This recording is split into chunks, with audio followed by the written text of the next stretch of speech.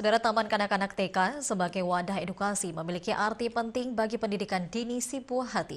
Lingkungan dan kurikulum yang layak menjadikan perkembangan anak lebih optimal dalam usia masa emasnya. Inilah TK Anissa yang terletak di kawasan Gampung Peyensenara di Kecamatan Sukakarya, Kota Sabang. Taman kanak-kanak ini nyaris tidak tampak apabila menyusuri jalan utama di kawasan tersebut. Hal itu disebabkan letak bangunan yang agak tersembunyi dan berada di ketinggian.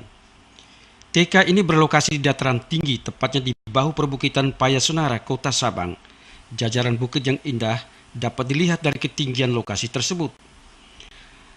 Tak pelak, para orang tua cukup tertarik untuk memasukkan sang buah hati di sini karena suasana yang cukup nyaman dengan pemandangan dari ketinggian yang memanjakan mata. Namun keunikan TK Anissa tidak sampai berhenti di situ. Kurikulum yang diterapkan juga cukup menjadi pertimbangan para orang tua. Selama ini penerapan pendidikan syariah, terutama pelajaran membaca Al-Quran atau tahfidz, juga menjadi prioritas para pendidik. Menurut Kepala Sekolah TK Anissa Sabang, Rafika, taman kanak-kanak yang bernaung di bawah Yayasan Al-Kawarizmi ini sudah berdiri sejak tahun 2009 lalu dan sempat menyewa lahan di sekitar Gampung. Namun sejak tahun 2013, TK yang dipimpinnya pindah lokasi dan dapat membeli sendiri tanah dan membangun gedung sendiri. Ia bertekad melahirkan anak didik yang islami sejak dini serta menjadi generasi yang tangguh untuk membangun Sabang. Ini kita bangunkan gedung ini dengan aspirasi semua, Pak. Tidak ada bantuan dari pemerintah, cuma pemerintah ada cuma untuk APE aja.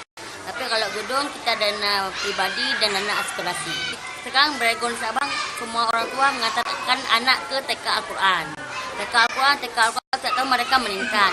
Terus saya beringin, ya Allah, kenapa saya nggak ambil kurikulum Al-Quran aja? Cuman saya juga ada komunikasi dengan Kepala Sekolah Al-Quran Ibu Fitri. Mereka bilang boleh ambil kurikulum kita. Pada tahun ini sebanyak 64 anak prasekolah menempuh pendidikan awalnya di sini dan didukung 6 tenaga pengajar yang ada. Ditambahkan Rafika, perluasan areal TK memang menjadi dambaannya. Namun hingga saat ini, pihaknya hanya dapat menyewa dari tanah yang bersebelahan dengan gedung TK sebesar Rp500.000 per tahunnya selama 5 tahun. Tanah sewa tersebut dipergunakan untuk kegiatan sentra olah tubuh bagi anak-anak didiknya. Selain taman kanak-kanak, Yayasan Kawarizmi ini juga menyelenggarakan kelompok bermain dan juga tempat penitipan anak TPA yang berdiri di lokasi yang sama. Dari Sabang, Tim Liputan TVRI melaporkan.